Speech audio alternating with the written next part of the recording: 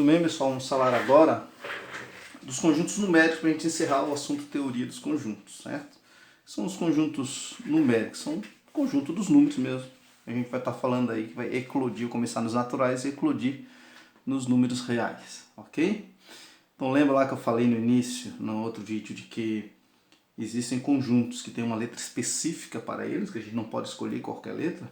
Os conjuntos numéricos são um desses, tá? Então a gente vai começar com os conjuntos dos números naturais. Vou botar aqui.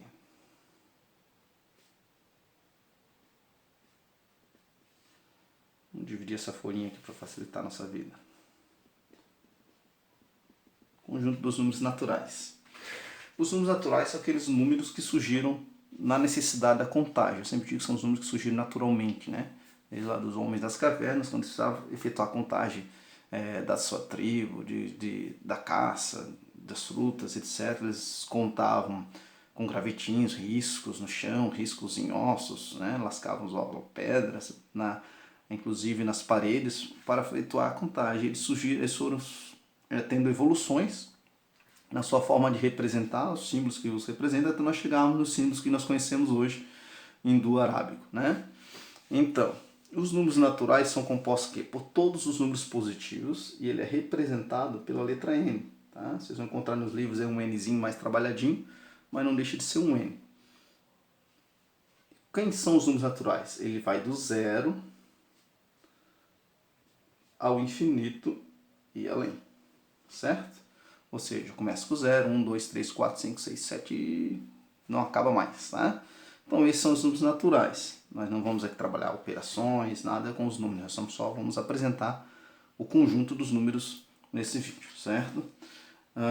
Existem os subconjuntos dos números naturais, que a gente chama. São os naturais asterisco, quer dizer o quê? São o conjunto dos naturais, exceto o zero. Ó. Certo? Ao infinito e além. Nós temos também os pares e os ímpares. São os conjuntos naturais pares, são o 0, 2, o 4, o 8 e ao infinito e além. Vou botar aqui os primitivos, digamos assim. 0, 2, 4, opa, faltou aqui o 6 e o 8, né? Opa. Então 0, 2, 4, 6, 8, que são todos os números que finalizar com esses algarismos, a gente diz que eles são pares, tá bom? Ou todos os números que forem divisíveis por 2. Mas vamos utilizar esse conceito aqui. Os números ímpares são todos aqueles, os números ímpares são todos aqueles que não são pares, né? 1, 3, 5, 7, não vamos esquecer de nenhum agora. Ok? Ao infinito e além. Então, todo número que terminar com 1, 3, 5, 7, 9 será ímpar, tá? Então, esses são os subconjuntos dos números naturais, principais subconjuntos. Lembrando que os números naturais, todo número tem o seu antecessor, com exceção do zero. Tá? Antecessor é aquele que antecede o número, por exemplo. O antecessor de 2 é 1, o antecessor de 1 é 0, o antecessor de 0 não existe nos números naturais, tá? Vou deixar isso bem claro. Todos os números naturais possuem um sucessor, ou seja, aquele que sucede. Então, o sucessor de 0 é 1, o sucessor de 1 é 2, o sucessor de 2 é 3. Basicamente, esses são os principais conceitos naturais. Com a necessidade, gente, da história de enumerar dívidas, por exemplo, ou um ponto zero para referenciar uma temperatura ou uma altitude, e além de outras necessidades, os matemáticos quebraram um pouco a cabeça até que criaram, né, chegaram ao consenso e criaram o conjunto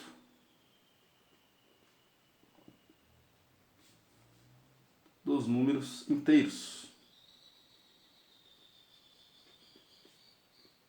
Quem são os números inteiros?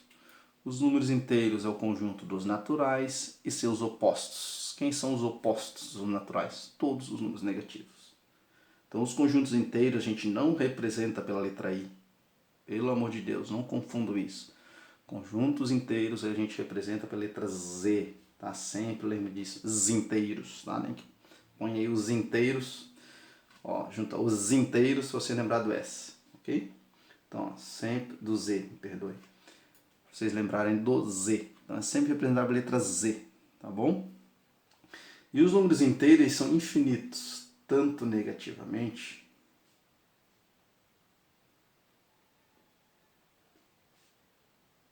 quanto positivamente. Vendo? Agora nós temos o infinito tanto à direita do ponto de origem, que é o zero, na nossa reta numérica, quanto à esquerda do nosso ponto de origem, que é o zero. Certo? Lembrando que do ponto de origem para a direita, sempre o número mais distante de zero será o maior. Já do ponto de origem para a esquerda, o número mais próximo de zero será maior. Então, menos 1, ou um negativo, como vocês queiram falar, ele é maior do que menos 3. Tá? Tenho sempre isso em mente. Ele é maior do que menos 3.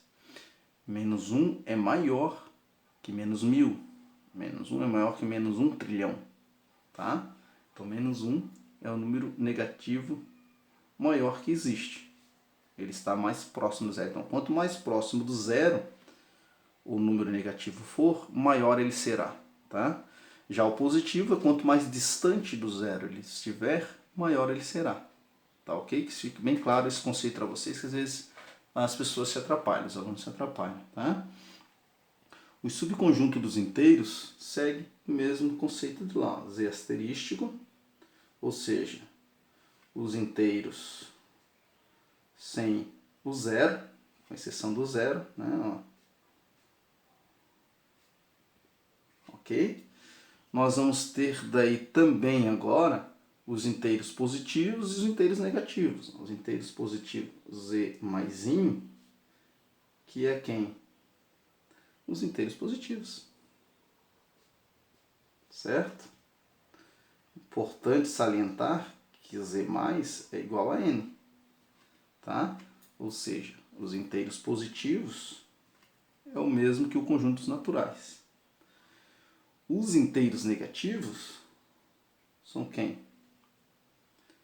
Os inteiros negativos são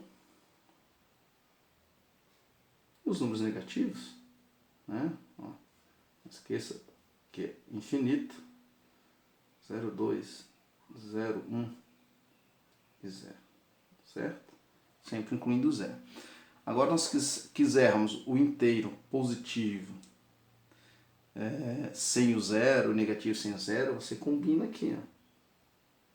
Inteiro sem zero, positivo. Inteiros sem o zero, negativos. Ok? Então, aqui são os positivos sem o zero, começa do 1. 2, 3, 4 e lá vai para o lado. Salientando que Z asterístico mais, ele é igual a N mais. N asterístico, desculpe. Igual a N asterístico.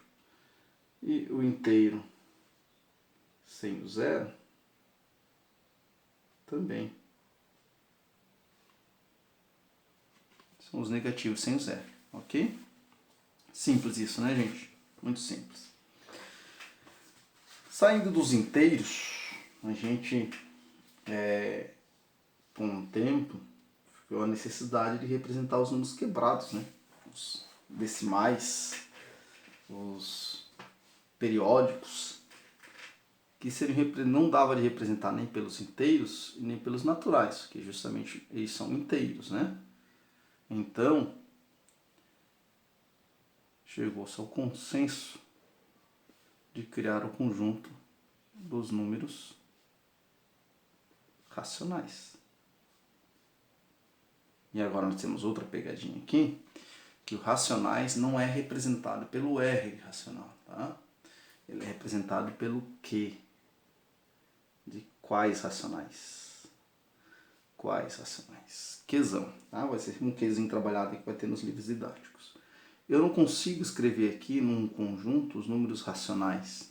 Conseguiria, porém, a gente tem que ter ciência que entre 1, por exemplo, e 2, tem infinitos números racionais ali. Então, como é que eu vou escrever esse número? Eu vou ter que escrever esse conjunto por forma de compreensão, tá? Então eu digo assim, ó, e eu vou escrever ele aqui e decifrar essa compreensão para vocês.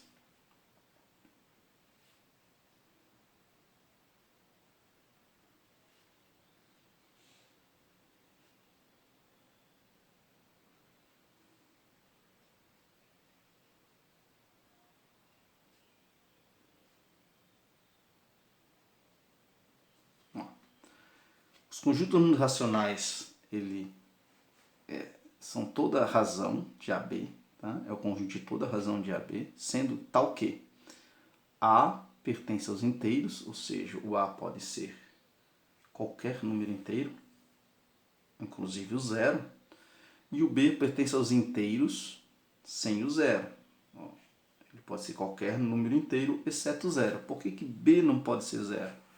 Porque nós temos uma razão. Uma razão é o mesmo que uma fração, que é o mesmo que uma divisão. Tá?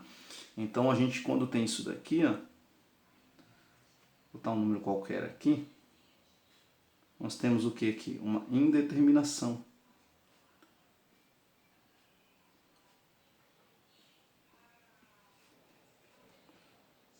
Matemática. Uma indeterminação matemática. E nos faz lembrar daquilo que nosso professor falava lá no ensino do 5º, 6º, 4º ano até. Jamais dividirás por zero. Tá?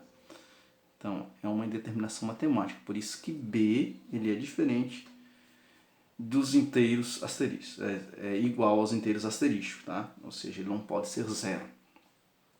Em resumo, os números racionais são todo número que pode ser representado por uma razão ou fração de dois números inteiros, certo? O que mais que pode ser representado? Os números inteiros podem ser representados por uma fração? Podem. Por exemplo, 3 é igual a 3 sobre 1. É ou não é? 3 dividido por 1 é 3. Qualquer número inteiro pode ser representado de uma forma de fração. Decimais, por exemplo. E aqui nós estamos falando de decimais exatos, tá? Decimais exatos. Pode ser escritos em forma de fração? Vamos botar aqui um decimal exato aqui, bem conhecido. Então, 0,2 não é igual a 2 sobre 10? Ou 1 sobre 5? Sim ou não? Sim, posso representar ele em forma de fração. Então, ele também é um número racional. Tá? Lembrando como aqui transformou em 5, a gente está fazendo o que aqui? Dividindo por 2, né? Ó, estamos transformando a fração, que é 2 dividido por 2 é 1, 10 dividido por 2 é 5. Tá? Outro número decimal que a gente conhece bastante são aqui as dízimas. Dízimas periódicas. Dízimas periódicas, por exemplo, aqui uma dízima muito bem conhecida, o 0,33. 0,333, que é igual ao que? A 3 nono, que é igual ao que? Só dividir por 3 ali vai dar 1, só dividir por 3 aqui vai dar quanto? 3, não é isso? 3 vezes 3, 9, 3 vezes 1, 3, então é 1/3. Então essa dízima periódica eu posso escrever em forma de fração, posso escrever ela em 3 nono, ou na sua forma mais simples, que é 1/3. Tá, ok? Então se eu posso escrever em forma de fração, logo ele é um número racional. Ok? Então fica assim compreendido. E segue, gente, mesma característica aqui, ó. Qzinho asterisco, números racionais não nulos. Tá? Esse eu vou até escrever. Números racionais não nulos. Qzinho asterístico é igual aos racionais não nulos. Por que não nulos? Além dele ser diferente de zero, aqui A tem que ser diferente de zero e B tem que ser diferente de zero. Tá? Primeiro, B é diferente de zero. É impossível, é uma determinação matemática. E A é diferente de zero, porque 0 dividido por 3 é quanto? É zero. É nulo. Tá? Então, quando eu digo que eu quero racional asterístico, eu quero os racionais não nulos. Isso aqui é uma conta nula. Tá? O zero anula essa divisão. A gente diz que é o elemento nulo. Joia? Então, A tem que ser diferente de zero e B tem que ser diferente de zero. Tá? Essa a parte que a gente tem que deixar bem claro. Os demais vão seguindo o mesmo conceito. Racional positivos, racionais negativos, racionais... aqui eu estou falando dos racionais, aqui, apesar de que está o inteiro. Deixa eu representar isso aqui para a gente encurtar tempo. Os racionais não nulos positivos, racionais não nulos negativos, tá ok? Dessa forma aí que a gente trabalha os conjuntos. Muito importante informar também que os naturais eles estão contidos nos inteiros e por consequência estão contidos nos racionais, certo? Se usar o outro exemplo, a gente começa do conjunto para os subconjuntos, que contém os inteiros e os inteiros contêm os naturais. Tá? Um está dentro do outro. Esse está dentro desse e esse está dentro desse. Tá? Então, quando eu falo dos números racionais, eu estou falando de todos eles. Quando eu falo de números racionais, estou falando de todos eles. Dos naturais, dos inteiros, incluindo as demais questões que podem se escrever em forma de fração. Ok? Depois dos números racionais, a gente pode chegar à conclusão, poxa, enfim, conseguimos representar todos os números. Mas tem um determinado número que não está contido nem nos naturais, nem nos inteiros, nem nos racionais. Que número é esse? São os números irracionais. Esse sim é representado pela letra I. Tá? Por isso que os inteiros não são representados pela letra I. Os inteiros aqui e os racionais aqui. Certo? Racionais de QI, pode dizer.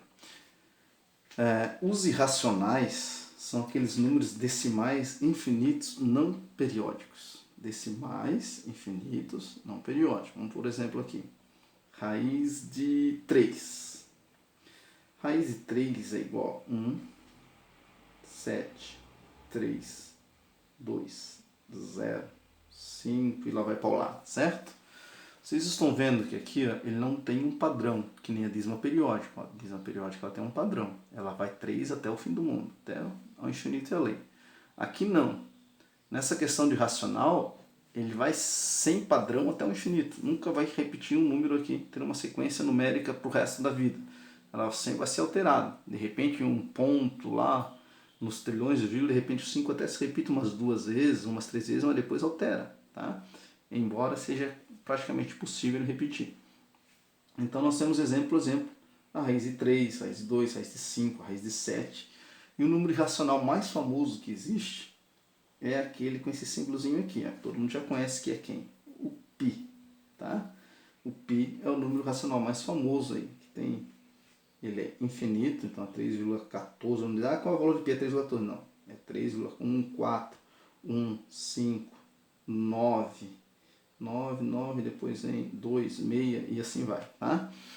Então, esse é o número π. Quando eu digo π igual a 3,14, estou dando um número aproximado para π, tá? Mas o número exato de π, eu não consigo escrevê-lo, ele vai ao infinito e além, e ele é um número irracional, assim como o nosso número φ. Lembra que eu falei lá no início? A bolinha cortadinha assim, ó. É o nosso número φ, que é igual a quê? Φ se escreve assim, tá? E o nosso número φ, ele é igual a 1,6180. E lá vai para lá. Certo? É o número φ. Ok? Então, nossos números irracionais são todos os números decimais infinitos, porque se for finito eu consigo escrever em forma de fração, tá? Infinito não periódico. Tem essas características, ele é irracional. Ok? E os reais, que é o que está faltando aqui, né, gente? E os reais, e agora? Os reais. Os reais tem até espaçozinho suficiente para falar deles. O conjunto dos números reais, está em maiúsculo aqui, ó, representado pela letra Rzinho, nada mais é do que todos os conjuntos anteriores, a união de todos os conjuntos anteriores, certo? Então eu posso dizer que os conjuntos reais, ele é igual a união de todos os conjuntos, podemos representar assim, N, união Z, união Q, união I, formam os conjuntos dos números reais. É importante também informar que aquela mesma relação aqui existe. Ó. R está contido, veja bem. Não, desculpa, aqui é contém, né? Vamos começar lá dos números naturais. Os números naturais estão contidos nos inteiros, que estão contidos nos racionais.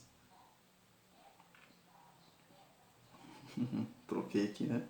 Que estão contidos nos reais, tá? Se nós começarmos a relacionar com contém, nós vamos ter o que aqui? Os reais contêm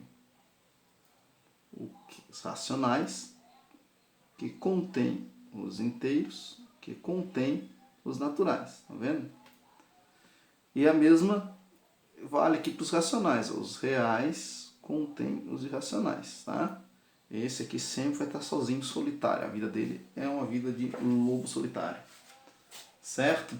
Nós vamos fazer aqui agora para finalizar um diagrama de Venn, vou fazer aqui no papelzinho azul, um diagrama de Venn com o conjunto numéricos, olha só que legal. Então, primeiro surgiram quem? Nosso Nzinho lá, sozinho, solitário, os números naturais. Depois surgiram os números inteiros, representado pela letra Z. Aqui, números inteiros, representado pela letra Z dos inteiros. Tá? Agora perceba, ó, N é subconjunto dos inteiros. Tá? Depois surgiram os nossos números racionais. Certo? Ó, N é subconjunto dos inteiros e é subconjunto também dos racionais. Ou seja, os racionais contêm tanto os inteiros quanto os naturais. Depois, os nossos números irracionais. E esses aqui não contém ninguém. Está sozinho. E para dar um grude em todo mundo ali, para unir a raça toda, foi que surgiu os números dos reais. Os reais reuniu todo mundo, tá? Por isso que quando a gente diz que um conjunto A é o conjunto de todos os x, sendo que x, tá? De todo x está o quê? X pertence aos reais, eu quero dizer o quê? Que x, se x pertence aos reais, ele pode ser qualquer número. Um número racional, um número inteiro, um número natural, um número irracional, enfim, pode ser qualquer número, tá? Quando eu digo isso daqui, certo? E para finalizar, nós vamos entrar agora num conceito que eu deixei lá, pendente, propositalmente, na teoria dos conjuntos, que é o quê? Conjunto universo, tá? Nós vamos agora entrar no conjunto universo, que foi deixado para trás propositalmente, para a gente entrar aqui depois dos conjuntos numéricos, que daí a gente já vai estar utilizando bastante isso lá em funções. Quando a gente fala de universo de um conjunto, nós estamos falando do universo ao qual pertence um determinado subconjunto. Vou começar falando, por exemplo, do universo dos números naturais, né? Dos números reais. Por exemplo, ó, os números naturais, eles pertencem ao universo dos números reais. Eu posso delimitar esse universo só até os inteiros. Ó. Os números naturais pertencem ao universo dos inteiros. Se eu não delimitar esse universo, eu estou aumentando ele, ampliando ele para os reais. Ok? Então, ó, ele pertence àquele universo ali. Então, quando eu falo assim, ó,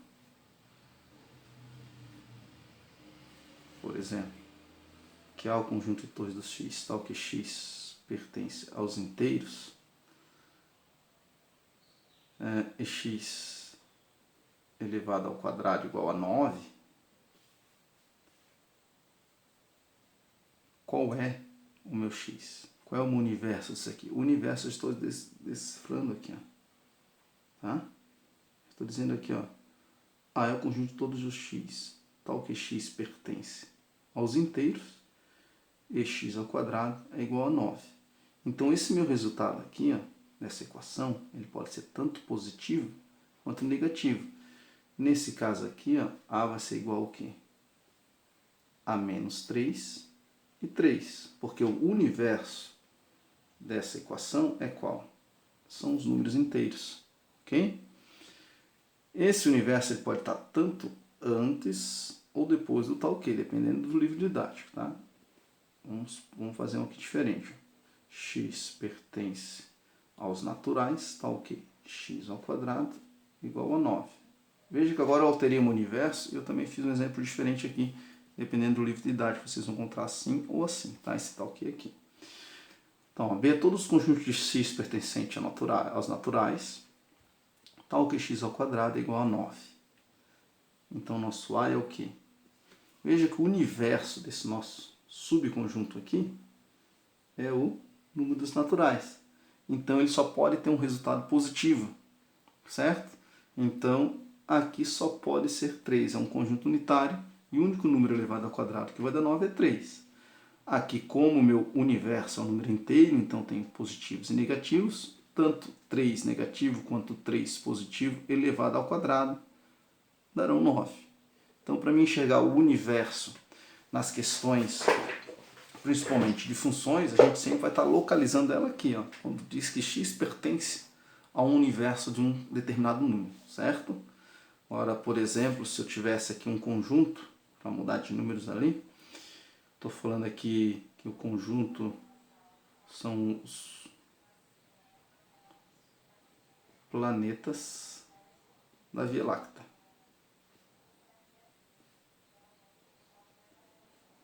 Certo? Então, quem é o meu conjunto? Meu conjunto são os planetas da Via Láctea. Qual é o universo desses planetas? A Via Láctea.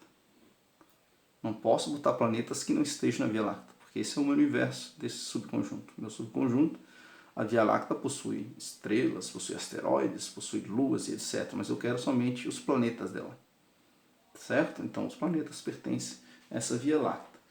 Eu também posso utilizar o universo, por exemplo, em pesquisas, identificar qual é o universo daquela pesquisa. Quando eu estou fazendo uma pesquisa, por exemplo, foi feita uma pesquisa para saber quais alunos estudam, quais alunos gostam de matemática e quais alunos não gostam de matemática, o percentual disso, né?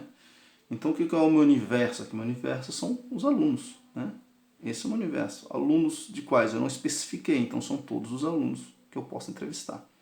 Tá? Todos os alunos do planeta, quando eu identifico o universo. Eu identifico os alunos do Brasil, então eu identifiquei um universo, os alunos do Brasil. Os alunos de um determinado estado, os alunos de Santa Catarina, então determinei meu universo. Estou fazendo uma pesquisa para saber se os alunos de Santa Catarina, qual percentual gosta de matemática e qual percentual não gosta. Eu posso diminuir esse meu universo, eu quero saber os alunos do município de Florianópolis. Eu posso ainda reduzir mais esse meu universo, eu quero saber os alunos da escola de educação básica presidente Juscelino Kubitschek, tá vendo? Então esse universo eu posso ampliar, eu posso reduzir ele. Muito importante eu definir o universo, porque a minha pesquisa ela pode ser mais trabalhosa dependendo do universo que eu definir, certo? Por exemplo, se eu vou definir aqui um conjunto numérico, eu falo assim, ó, A é todo conjunto de x que pertence aos reais, tal que x maior que 0. Olha que complicado para mim escrever isso. Entre 0 e 1, existem infinitos números. Eu não vou conseguir escrever isso.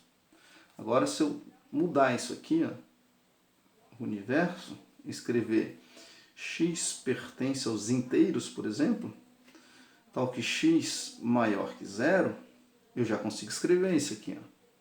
X maior que 0 é quem? É 1, 2, 3, 4 e lá vai para o lado. Tá? Porque eu reduzi meu universo. Então, muito importante na hora de escolher o universo, principalmente para uma pesquisa. Para os números numéricos, quando a gente trabalhar com operação ou com funções, a gente tem que estar atento ao universo dessa operação, porque ela vai determinar também o nosso resultado. Está vendo aqui ó, como mudou o universo, alterou o seu resultado? Então, muito importante ao conjunto universo. Ok? Geralmente, no diagrama, a gente representaria assim, ó, o universo dentro de uma caixinha, tá? De uma determinada pesquisa, por exemplo. Né? Então, Estou vendo aqui quem gosta, quem não gosta de matemática. Vamos botar aqui que 60% gosta, 20% não gosta, 10% não respondeu. Opa, não, aqui não pode ter, né? Não botei essa opção. Então 60% gosta, 20% não gosta. Falta quantos aqui? Não falta 20%, vamos dizer que esses 20% não responderam. Eles estão dentro do meu universo. Só que esses 20% ou eu não pesquisei ou eles não responderam, ok? Então o universo representa aqui, ó, conjunto A, conjunto B e conjunto universo. Assim que a gente apresenta ele através do diagrama de Euler-Venn. Certo, meus queridos? Um beijo, um abraço, até a próxima.